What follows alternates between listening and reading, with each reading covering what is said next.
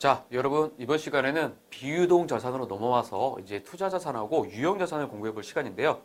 자, 어디까지 왔는지 다시 한번 또 확인해 볼게요. 우리가 지금 챕터 2에 들어와서 이제 각 계정 과목을 하나씩 공부하고 있고요. 자, 부채 자본은 아직 공부 안 했어요. 그렇죠? 부채랑 자본의 계정 과목들은 아직 공부를 안 했고요. 우리 자산의 계정 과목을 계속 공부하고 있는 거죠, 자산.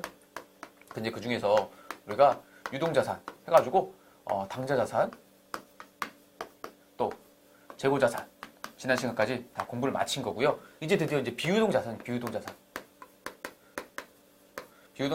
우리가 뭐뭐 배울 거냐?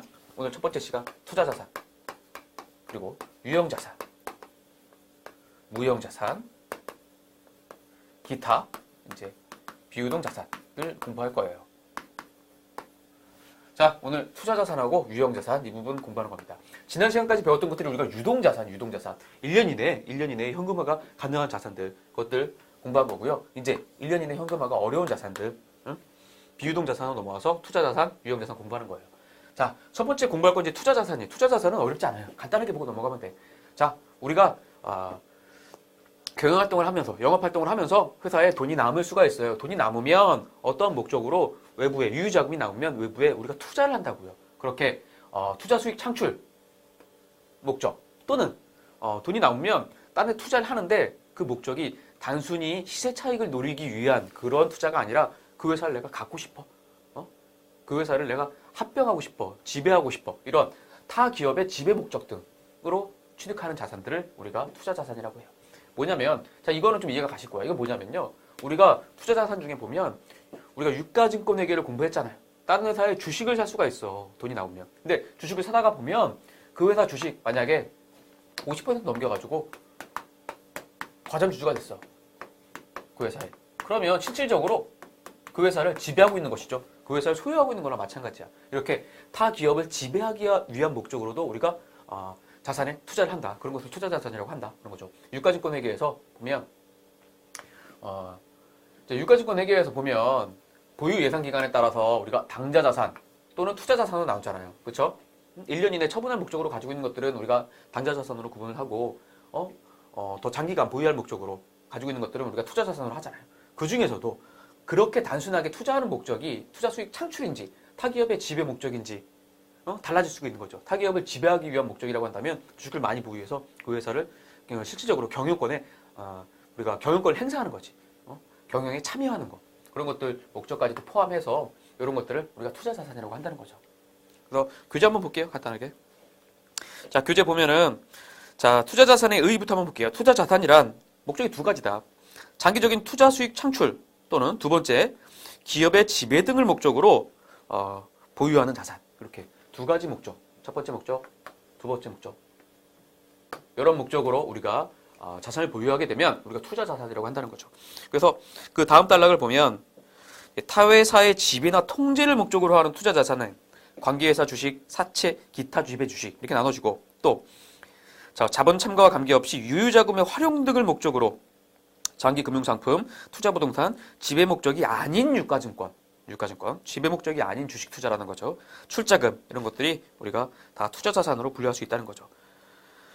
자, 그래서 그 밑에 보면 일반 기업 회계 기준에 의하면 금융상품 유가증권의 경우 목적뿐만 아니라 그 보유 예상 기간에 따라서 1년 이하로 보유할지 당좌자산 또는 1년 이상일 경우에 투자자산으로 또 분류한다. 우리가 다 유가증권 회계에서 공부했던 부분이에요.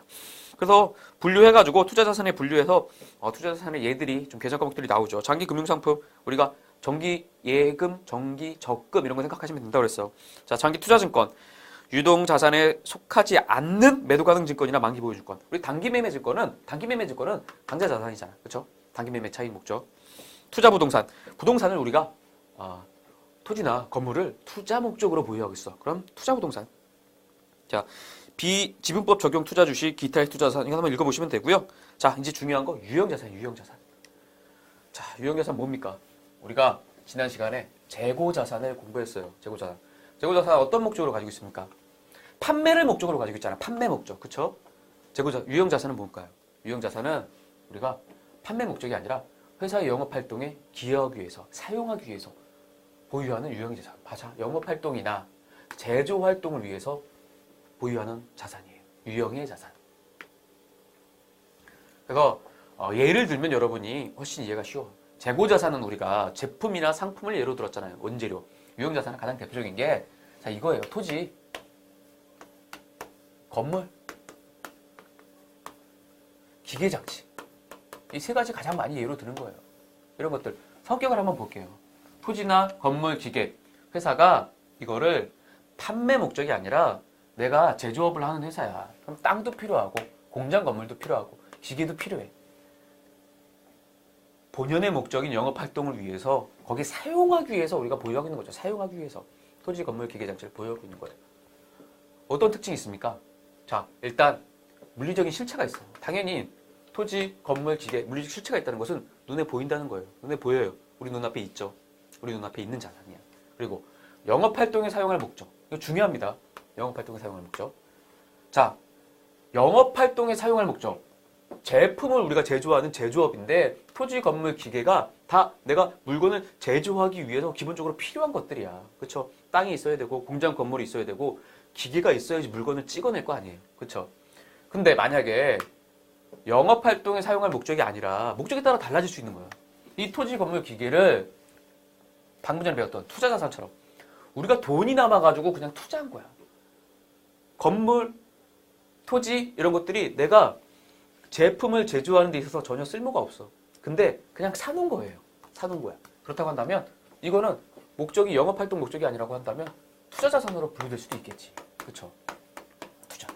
분류될 수 있다는 거야. 투자자산으로도 분류 가능.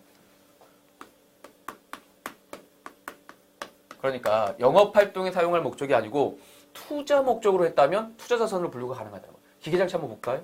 기계장치를 내가 물건을 만드는 데 쓰려고 영업활동에 사용할 목적으로 가지고 있으면 당연히 유형자산이에요. 근데 만약에 기계를 사놓으면 이게 나중에 기계를 사가지고 이 기계를 파는 것을 내가 업으로 하고 있어. 그러니까 기계 도소매업이 나의 업이에요. 기계장치 도소매업. 그럴 때 이 기계장치는 재고자산이에요. 재고자산. 재고자산으로 분류가 가능하지. 그럴 때는.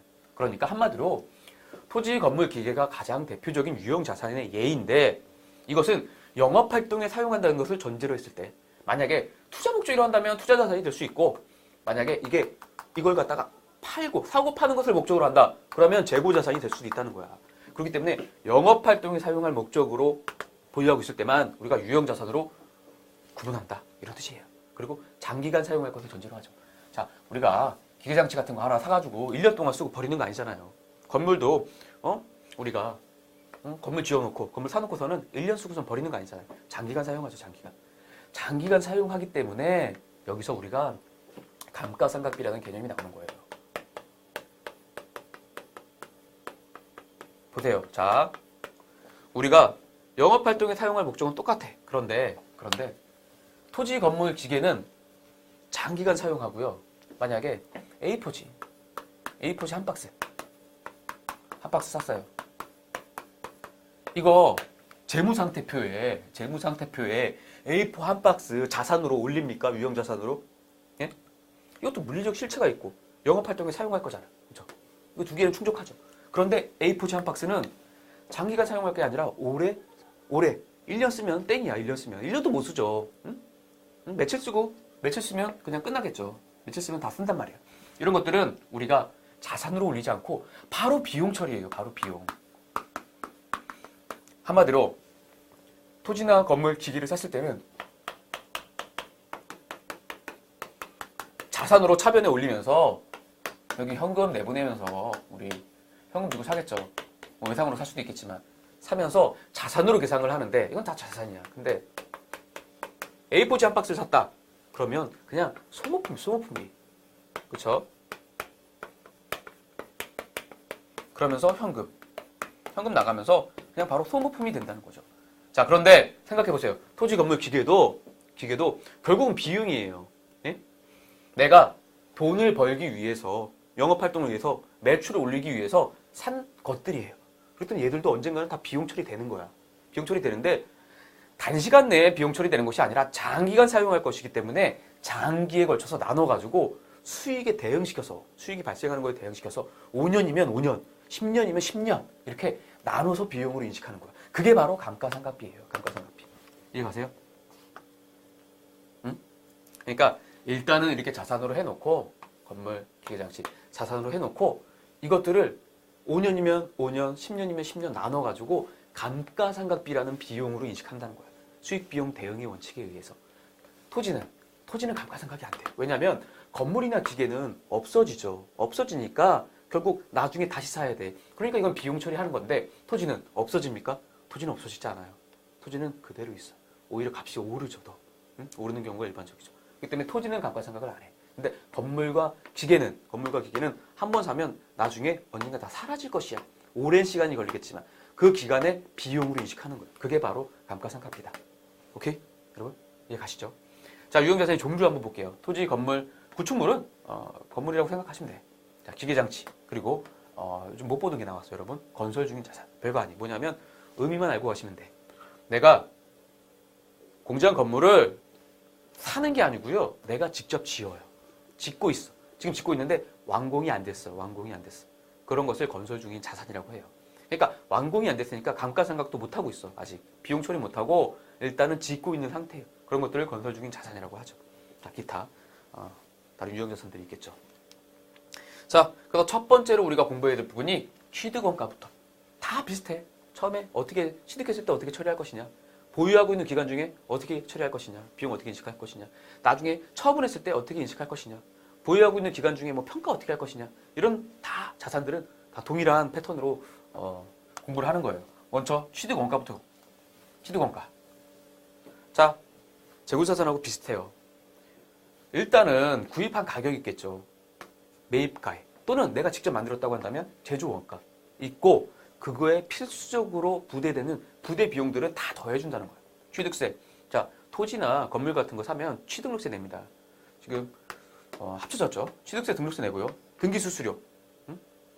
등기수수료 내요. 법원에 등기할 때 등기부 등본에 올리기 위해서 등기수수료 냅니다. 자, 그리고 건물 같은 거 살 때 운송비, 보험료, 하역비, 내릴 때 하역비, 또 설치해야 되고 시운전하고 이런 비용들 다 취득 부대 비용에 들어간다는 거예요. 야, 무슨 말이냐면 한 가지 예를 들게요. 제가 이제 하이마트에 갔어요. 하이마트에 가서 우리가 냉장고를 샀어요. 제가 냉장고 가격이 100만 원이래요. 100만 원. 자, 그래서 마음에 드는 냉장고를 골랐고요. 그러면 이제 카드 결제를 하죠. 100만 원 딱 긁었어요. 그러면 자, 제 차에 실어주세요. 이럽니까? 아니죠. 나는 그냥 집에 가서 기다리고 있으면 돼. 그러면 냉장고를 직접 어떻게 해줘요? 걔들이 운송해서 내려주고 설치까지 해주고요. 냉장고 잘 돌아가는지 전원 콘센트 꽂아가지고 돌려보기까지 해요. 즉 이 말은 이 100만 원이요. 이 100만 원이 냉장고 그 자체의 딱 가격이 아니에요. 여기는 다 포함된 거야. 부대 비용들이. 운송, 하역, 설치, 시운전까지 다 포함된 가격이야.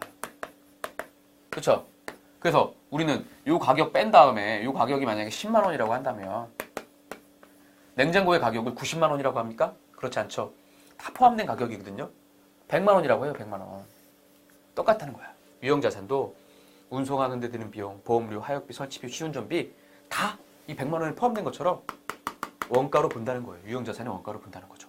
이해 가시죠? 그래서 이런 부대 비용들은 당연히 원가가 되는 것이다. 원가를 구성하는 것이다. 생각하시면 돼요. 자, 감가상각비 간단하게 설명을 좀 드렸었는데, 자, 이 유형자산들은 오랜 기간에 걸쳐가지고 회사의 수익에 기여를 하고 있죠. 그래서 우리가 전에 수익비용 대응의 원칙 배웠잖아.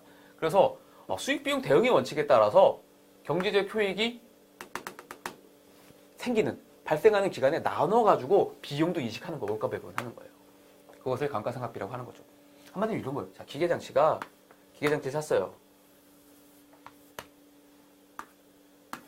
이 기계장치가 3년 정도 쓸 수 있다는 거예요. 3년 정도. 그럼 지금 샀을 때는 기계장치가 100만 원이에요. 그리고 마지막에 잔존가액이라는 게 있는데 나중에 배울 텐데, 이 기계장치 나중에 3년 쓰고 나면 버릴 건데요. 버릴 때 한 푼도 못 받나요? 우리가 고철값이라도 받아요. 아니면 또 이 기계장치 우리 회사는 딱 3년만 쓰고 버릴 건데 더 영세한 중소기업들은 그러한 오래 쓰던 기계장치, 중고 기계장치 사다가 우리가 쓰겠다 이런 사람들도 있을 수 있어. 나중에 팔면 10만 원 정도 나와. 그럼 사실은 우리는 100만 원을 사서 나중에 10만 원 받을 거니까 90만 원 어치만 비용 처리하면 되는 거야. 90만 원이 비용이 되겠죠. 이 기계장치를 쓰는 동안. 근데 이 기계장치가 3년 동안 쓸 수 있다니까. 3년 동안 수익에 기여를 하죠. 근데 우리는 90만 원을 비용 처리해야 되는데 일단 샀을 때 기계장치 비용 처리하는 게 아니라 자산으로 놓는다고. 자산으로 놓고 30만 원씩 30만 원 비용. 여기 또 X2년에 30만 원 비용. 또 3년에 30만 원 비용. 이렇게 비용으로 인식하겠다. 이게 감가상각비. 어렵지 않죠? 그리고 이렇게 감가상각을 인식하면서 그러면 여기다가는 자산으로 써놨는데 어떻게 할 거냐? 감가상각비 30만 원 인식하면서 감가상각 누계액이라는 개념을 도입해서 우리가 재무상태표에 자, 기계장치 있잖아요. 기계장치 100만 원으로 계산돼 있는데 X 1년 지나고 나면 이게 30만 원어치 썼단 말이야. 그러니까 30만 원어치 쓴 거는 비용 처리하고요. 재무상태표에는 비용 처리하는 건 손익계산서로 가는 거잖아. 감가상각 누계액이라고 해서 자, 이렇게 30만 원을 썼다. 줄여주는 거야. 그래서 차익을 보여주는 거지. 지금 이거는 70만 원짜리다. 자, X 2년이 되면 두 번째에 되면 30만 원어치 썼고 또 30만 원어치 더 썼어. 그러면 누계 합계액이야. 합계액. 감가상각비 합계액이라는 뜻이에요. 60만 원어치 썼다 이제 40만 원어치밖에 안 남았다. 마지막에 가면 90만 원어치 되겠지. 90만 원. 그러면 10만 원 남잖아요. 이 10만 원 뭐예요? 갖다가 팔면 얻을 수 있는 10만 원. 잔존가치. 이렇게 되는 거예요. 오케이? 이해가시죠? 그렇게 해서 자, 이렇게 수익이 발생하는 기간 동안 나눠서 우리가 이제 비용을 인식할 거고 그런 과정을 감가상각비의 인식이라고 해요. 그러면 어떻게 이 30만 원, 30만 원, 30만 원 여기서 이렇게 나눴지만 어떻게 하는 것이 합리적으로 이 비용을 인식하는 것일까? 합리적으로. 그러려면 여러 가지 요소가 필요해. 처음에 마지막에 팔았을 때 잔존가치가 얼마일 것이냐. 그러니까 감가상각 대상 금액이 얼마일 것이냐. 요걸 감가상각 대상 금액이라고 하는데 총 비용으로 인식할 게 얼마냐는 거야. 그거는 마지막에 갖다 팔았을 때 다 쓰고 나서 얼마가 남을 것이냐. 이게 정해지면 나오겠죠. 감가상각 대상 금액. 자산의 취득 원가에서 마지막에 팔았을 때 잔존가치. 그걸 빼준 게 감가상각 대상 금액. 요걸 가지고 비용으로 인식하는 거고. 그렇죠? 두 번째, 내용연수. 몇 년 쓸 거냐, 몇 년. 이건 3년이라고 그랬어. 3년이면 가치가 다 한다. 아니면 5년, 어떤 거 10년. 건물 같은 것도 오래겠죠. 한 20년. 그렇죠? 경제적 수명. 몇 년이나 쓸 것이냐. 이걸 내용연수라고 해요. 내용연수. 자, 세 번째, 감가상각 방법이에요. 자, 이거는 30만 원씩 비용 처리된다고 했어. 근데 어떤 거는 이렇게 매기 균등하게 비용 처리해야 될 게 있고 어떤 기계장치는 1년 동안 거의 뽕을 다 뽑는 거야. 한 50%, 60%는 1년 동안 다 써. 뒤에는 조금씩밖에 안 써요. 그러면 처음엔 한 50만 원, 그 다음에 30만 원, 그 다음에 10만 원 이렇게 인식할 수도 있겠죠. 그게 바로 감가상각 방법이에요. 이 자산이 어떻게 소비되는지 그 소비되는 형태를 가장 잘 반영하는 방법을 선택해서 쓰면 되는 거예요. 예? 이해 가시죠? 자, 그래서 우리가 교재에는 사실은 감가상각 방법이 정액법, 정률법 두 가지밖에 없어요. 근데 이제 있다는 걸 알려주기 위해서 써놨는데 이중차감법, 연수학계법, 감가상각 방법은 여러 가지가 있어요. 여러 가지가 있는데 소비 형태를 가장 잘 반영하는 방법을 선택해서 회사가 합리적인 방법을 선택해서 계속해서 일관되게 사용하면 되는 거예요. 이해 가시죠? 자, 그래서 감가상각 대상 금액이랑 내용연수는 우리가 문제에서 주어져. 문제에서 주어지고요. 정액법이냐, 정률법이냐, 어떤 걸로 생각하느냐에 따라서 감가상각비로 인식할 금액이 얼마냐, 감가상각 누계액은 얼마냐, 이런 식으로 이제 문제가 물어보는 거예요. 문제에서는. 그래서 볼게요. 정액법부터 공부할 거예요. 정액법. 정액법 한마디로 지금 이거예요. 자, 취득원가에서 잔존가치를 빼. 이게 바로 감가상각 대상 금액이야. 이만큼 비용 처리할 거다. 90만 원. 그리고 몇 년 쓸 거냐? 3년 쓸 거다. 그러면 3으로 나눠주는 거죠. 자, 이거 90만 원을 지금 제가 예를 든 걸 보면 90만 원을 3년으로 나눠주는 거야. 그래서 1년에 30만 원씩 비용 처리하겠다. 비용 처리하겠다. 이게 바로 정액법이죠. 매기 균등하게 그냥 삼각하는 거야. 균등하게. 그렇죠? 간편하죠. 정액법이 조금 복잡해. 정률법이 좀 복잡해요. 정률법은 가속삼각법이라고 하는데 초반에 감가상각비를 많이 인식하는 거예요. 자, 여기 삼각률, 기초장부금액에다 삼각률을 곱한다고 되어 있는데 삼각률 산정하는 상식 이렇게 돼 있어요. 이거 아셔야 되나요? 아실 필요 전혀 없죠. 이거는 그냥 우리 계산기로는 계산할 수도 없고 삼각률은 주어지는 거야. 주어지는 거. 잔존가액 알고 취득가액 알고 그러면 삼각률은 얼마로 나오는데 우리가 계산하는 것이 아니라 문제에서 주어져요. 삼각률. 자, 이 문제에 대입해서 만약에 삼각률이 0.5라고 할게요. 0.5. 0.5라는 것은 첫 해에 벌써 50%를 인식하는 거야. 삼각률이 0.5야. 그럼 어떻게 하는 거냐, 정률법은.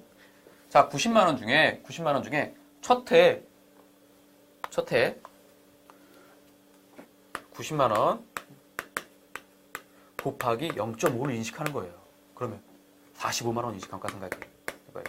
45만 원. 그죠? 이해가요? 아, 여기 90만 원이 아니네. 여기 100만 원이죠, 100만 원. 여러분. 왜냐면 우리가 이거는 정액법은 자, 취득 원가에서 잔존 가치를 뺀 금액.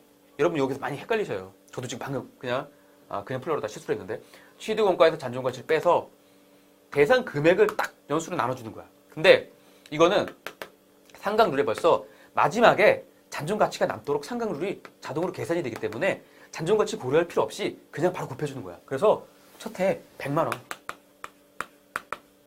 100만 원에다가 50% 곱하는 거예요. 0.5. 50%지. 그러면 첫 해 상각액 50만 원. 첫 해 50만 원 벌써 상각해버렸어. 그럼 그 다음 연도에 얼마 상각하느냐? 기초장부금액이라는 것은 전년도 말에 취득가액에서 감가상각 누계액을 뺀 거야. 100만 원에 샀는데 지금 50만 원 감가상각 했잖아요. 그럼 얼마 남았냐? 100만 원에서 50만 원 빼고 여기다가 0.5 곱하는 거예요. 그러면 25만 원 이렇게 인식하는 거죠. 그러면 마지막에 어떻게 인식하는 거예요? 100만 원에서 자, 여기 50만 원, 여기 25만 원, 총 감가상각비 75만 원 인식했어, 지금까지. 75만 원 빼고 다시 또 50%, 0.5 이렇게 인식하는 거예요. 이게 정률법. 조금 어렵죠? 조금. 그냥 매년 총 상각할 대상 금액을 3년으로 내용수로 나눠주는 게 아니라 기초장부 금액에서 상각률을 곱해가지고 그 당해 연도에 감가상각비를 구해. 그 다음 연도에는 감가상각 누계액을 빼줘. 기초 취득가액에서 빼주고 거기다 다시 또 상각률을 곱해. 또 그 다음 연도에는 취득가액에서 감가상각 누계액, 지금까지 감가상각 금액 전부 다 합쳐가지고 빼주고 다시 또 곱해. 네? 이런 식으로 보세요. 50만 원, 25만 원 이게 더 금액이 더 줄 거야. 이렇게 처음에 많이 상각하고 점점 갈수록 뒤로 갈수록 조금씩 상각하는 게 가속상각법이라고 해요. 왜냐면 유형자산이라는 게 초기에 샀을 때 가장 많이 쓸 수밖에 없죠. 가장 잘 돌아갈 테고 수익에 많이 기여를 할 거야. 점점 시간이 갈수록 노후화되고 진부화되고 그러니까 고장도 많이 나고 기계장치가 구식이 되니까 그만큼 수익 창출 활동에 기여하는 바가 적어지겠죠. 그래서 처음에 많이 인식하고 뒤로 갈수록 적어지는 거야. 이렇게 하는 게 바로 정률법이에요. 이해가시죠? 이게 정률법. 자, 마지막. 유형자산을 사용하는 기간 동안에 지출이 있을 수가 있어요. 그 지출, 수리비가 들 수도 있고 유형자산을 완전히 좀 더 개량할 수도 있고 여러 가지 지출들이 있을 수가 있는데 그런 지출들 어떻게 처리할 것이냐 봐. 자, 원상회복이나 능률 유지를 위한 거. 그러니까 한마디로 기계가 돌아가다가 고장이 나면 수리를 해야 될 거 아니에요. 수리비. 이렇게 능률 유지 위한 거죠. 그대로 원상회복 위한 것이죠. 그런 수선비 이런 것들은 그냥 비용으로 처리하면 된다. 예? 그런데 아예 뜯어 고쳤어. 기계의 성능을 더 높게 만들었고 가치를 증가시켰어. 그런 것들은 추가적으로 유형자산을 더 구입한 거나 마찬가지다. 그렇기 때문에 자산으로 처리한다는 거야. 유형자산에 원가에 넣어준다는 거야. 자산으로. 똑같은 거야. 여러분, 유형자산을 살 때부터 우리가 유형자산은 앞으로 계속해서 우리 경영활동에 있어서 수익에 기여할 거기 때문에 우리가 바로 비용 처리 안 하고 오랜 기간 동안 우리가 수익 활동에 기여할 거기 때문에 자산으로 처리했잖아요. 똑같아. 이것도 내용연수가 늘어나거나 가치가 증가되면 앞으로 오랜 기간 우리에게 수익을 가져다 줄 거기 때문에 자산으로 처리해버리고요. 단순하게 수리하거나 고치거나 이런 것들은 능률 유지, 원상 회복을 위한 것들은 단기에 그냥 비용으로 처리해버리고 만다는 거야. 이해가세요? 이해가시죠? 자, 마지막 주제. 유형자산 팔았을 때 어떻게 할 것이냐? 팔았을 때. 자, 팔았을 때 어떻게 하냐면 여러분이 꼭 아셔야 되는 게 자, 유형자산 가지고 있었어. 이때 구입해가지고 계속해서 감가상각을 해왔겠죠.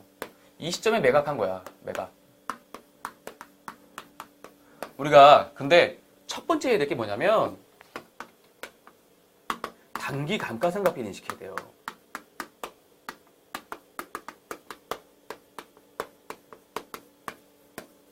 자, 무슨 말이냐?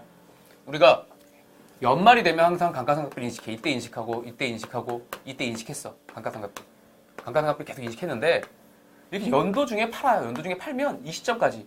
요 기간 동안에도 수익 활동에 기여한 바가 있잖아요. 그죠? 유형자산이. 그러니까 요만큼에 대해서 이때 감가상각비를 인식해야 된다는 거야. 감가상각비. 팔기 전에, 바로 직전에.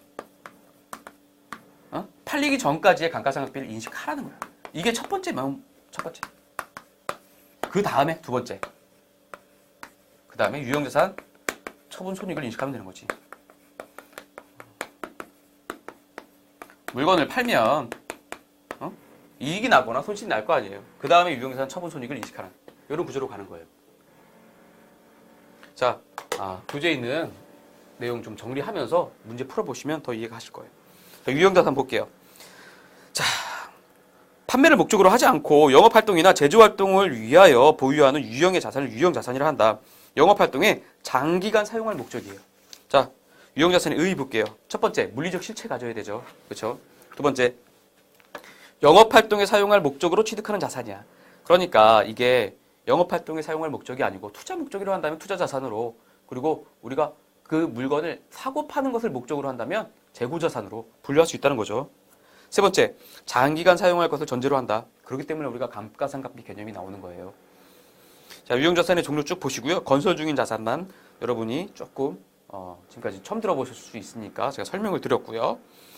자, 장부에 개정될 유형자산의 가액 결정, 취득원가 결정하는 방법. 취득원가는 매입가액 또는 제조원가에다가 취득 부대 비용을 다 합친 것이다. 설명드렸고요. 그 예제 문제는 간단한 거니까 여러분이 풀어보시고요. 감가상각비의 인식 쭉 넘겨보세요. 넘겨보시고 우리는 이제 유형자산 사용 기간 동안에 지출해가지고 거기 예제 문제 한번 풀어볼 거예요. 예제 문제 한번 보실게요.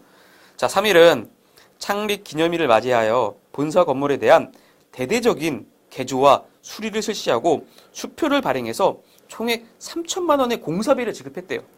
근데 이 중에서 2천만 원은 음성인식, 자동문의 설치를 위한 것이고 나머지 1천만 원은 내벽의 도장을 산뜻하게 바꾸기 위한 것이었대요.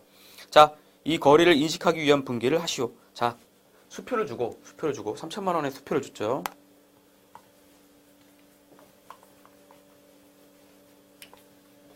(3천만 원) 3천만 원 수표 줬어요. 그러면 뭐가 나간 거야? 당좌예금. 수표 발행하면 당좌예금 계좌에서 빠져나가잖아요. 그렇죠? 자, 첫 번째 3천만 원 공사비 인식 지급해가지고 2천만 원은 음성인식 자동문 설치했대요. 자, 그거는 음성인식 자동문이라는 것은 가치가 증대된 거야. 가치가 증대된 거. 그렇죠? 그래서 건물이 2천만 원이 늘어난 거나 마찬가지인 거야. 건물.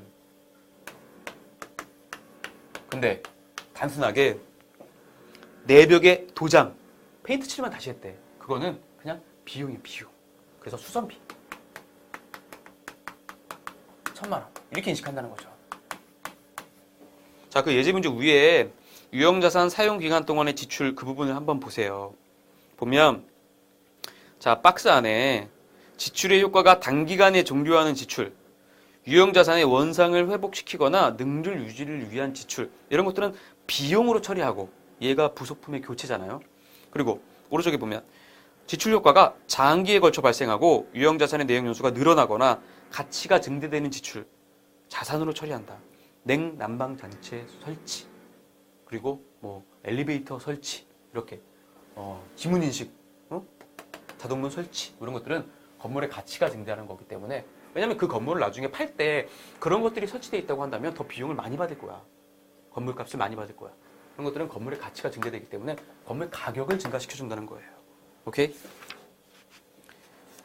자, 유형자산의 처분, 거기에 있는 예제 한번 풀어볼게요.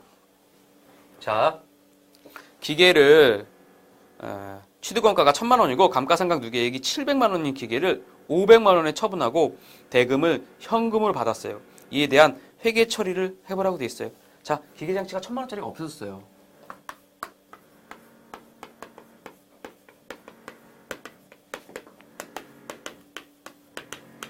감가상각 누계액은 얼마죠?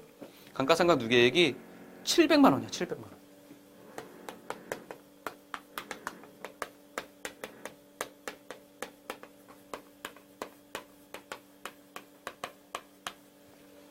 그리고 현금 얼마 받았어요? 현금은 500만 원 받았어요. 이렇게 분개하는 거야. 현금 들어왔죠? 기계장치 1,000만 원인데 그 중에서 감가상각 누계액이 700만 원이야. 뭐냐면요. 자, 기계장치가 처음에 살 때는 1,000만 원에 산 거였어요. 근데 몇 년 동안 계속 썼으니까 감가상각비를 인식하면서 감가상각 누계액을 이거 썼을 거야. 감가상각 누계액. 집계를 했을 거야. 이게 700만 원이라고, 700만 원.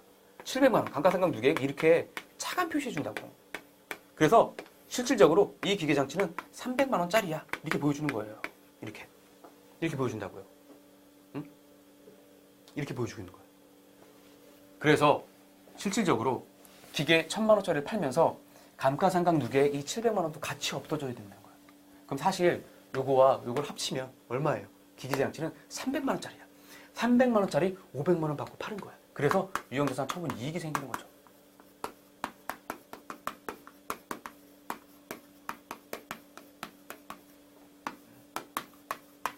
자, 여러분, 왜 이렇게 힘들게 할까요? 왜 이렇게? 자, 그냥 기계장치 300만 원. 이렇게 하면 얼마나 편해.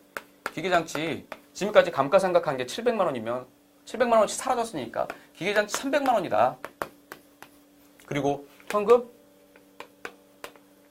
500만 원 받았잖아.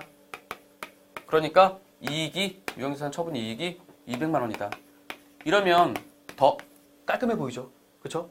더 깔끔해 보이고 이게 더 훨씬 쉬워 보이잖아. 근데 이렇게 안 하고 어렵게 이렇게 기계장치 원래 산 가격은 1,000만 원인데 그 중에서 감가상각해서 없어진 게 700만 원이야. 그래서 사실은 300만 원짜리야. 이렇게 보여준다고요. 왜 이렇게 보여줍니까? 유형자산은 감가상각 누계액이라는 개정을 통해서 차감적으로 이렇게 보여주도록 기업회계 기준에서 규정하고 있어요. 그 이유는 보세요. 자, 우리가 기계장치가, 회사가 보유하고 있는 기계장치가 하나가 아니고 여러 개가 있을 수 있어. 어떤 기계장치? 기계장치 1 있을 수 있고요. 기계장치 2 있을 수 있어요. 자, 실질적으로 자, 감가상각까지 끝낸 가액이 요것도 100만 원. 요것도 100만 원이에요. 우리가 재무상태표를 딱 열어봤는데 기계장치 1 100만 원, 기계장치 2 100만 원 이렇게 돼 있으면 두 개가, 기계장치 1하고 2가 똑같은 기계장인가 보다. 가치가 동일한가 보다. 이렇게 생각할 수가 있어. 근데 그렇지 않다는 거예요. 보세요. 이 기계장치는 신규로 취득한 거야. 올해. 그리고요. 이 기계장치는 원래 9년 전에 취득했어요. 9년 전. 9년 전에 취득해서 9년 전 취득가가 1,000만 원이었어요. 9년 동안 감가상각해서 10년 동안 쓴다고 보고 9년 동안 100만 원씩 감가상각했어. 잔존가치 없어. 이렇게 해서 100만 원짜리야, 원래. 자, 그냥 이렇게 100만 원이라고 보여주는 거랑 이 기계 1은 9년 전에 1,000만 원에 취득해서 지금 9년 동안 썼어요. 그리고 100만 원의 가치가 남았어요. 이렇게 보여주는 거랑 정보의 질이 완전 다르죠. 그렇죠? 이게 더 상세한 정보를, 제대로 된 정보를 알려줄 수 있는 거예요. 그렇죠? 그리고 이 기계 1이라는 게 기계 2보다 원래 10배 정도 더 규모가 큰 기계 장치이다. 중요한, 회사에서 중요한 기계 장치이다. 물론 지금은 9년 동안 생각해서 100만 원어치밖에 안 남았지만 이런 것을 다 보여줄 수가 있는 거야. 그렇기 때문에 기업회계 기준에서는 이렇게 보여주라는 거예요. 이렇게 보여주라는 거예요. 이렇게 보여주지 말고. 근데 이렇게 보여주다 보니까 우리가 처분할 때도 그런 식으로 좀 복잡한 회계 처리가 되는 거죠. 근데 몇 번 해보면 그렇게 복잡하지도 않아요. 자. 그래서 유형자산 처분 손익은 아까 전에 좀 지웠는데 그렇게 분개를 하지 않고 푼다면 이런 거예요. 우리가 받은 돈이 얼마야? 받은 돈이 500만 원인데, 그죠? 기계장치 장부가액이 얼마야? 1000만 원에 사서 700만 원 감가상각했다. 그래서 사실 지금 가액은 300만 원이야. 그러면 300만 원짜리를 500만 원 주고 팔았으니까 200만 원의 이익이 생겼어. 이렇게 그냥 한 번에 계산해도 되는 거죠. 유형자산 처분 이익을 바로 물어본다면 객관식 문제에서. 오케이? 자, 그 다음 예제 볼게요. 자, 3일은 X 1년 초에 기기장치 취득원가 1,100만 원짜리래. 현금을 주고 취득했어요. 자, X 1년 7월 1일에 700만 원에 현금 매각했대요. 이 기기장치의 내용수는 5년이고 잔존가치 100만 원이에요. 기기장치와 관련된 X 1년의 회계 처리를 하시오. 자, 뭐예요? 자, 기중에 판 거예요. 기중에 팔았는데 우리는 감가상각비는 연말에 가서 한 번에 인식하는데 1년치 감가상각비를 얘는 산 다음에 그거를 7월 달에 팔아버렸어. 첫 번째, 단기 감가상각비부터 인식해야 된다니까요. 네? 회계 처리를 하나씩 해봅시다. 취득한 것부터. 취득할 때 1,100만 원에 취득했어요. 기계장치. 현금 주고 샀나요? 현금 주고. 자, 1월 1일 기계장치 얼마? 1,100만 원. 현금 주고 샀죠.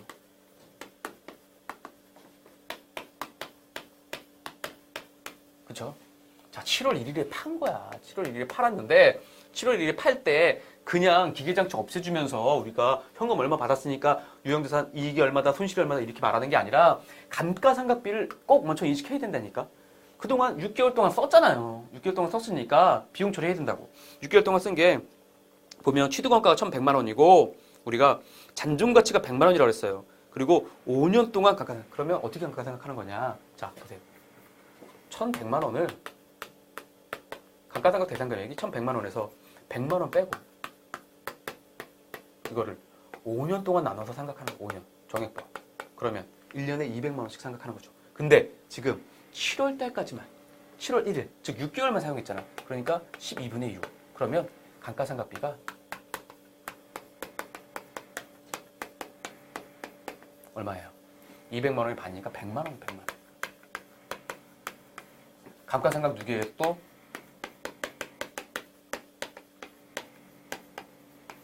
100만 원. 그리고 이제 처분을 인식해야겠지. 기계장치가 없어졌다. 기계장치 얼마짜리냐? 1,100만 원짜리다. 근데 감가상각 누계액 얼마냐? 같이 없애주는 거죠.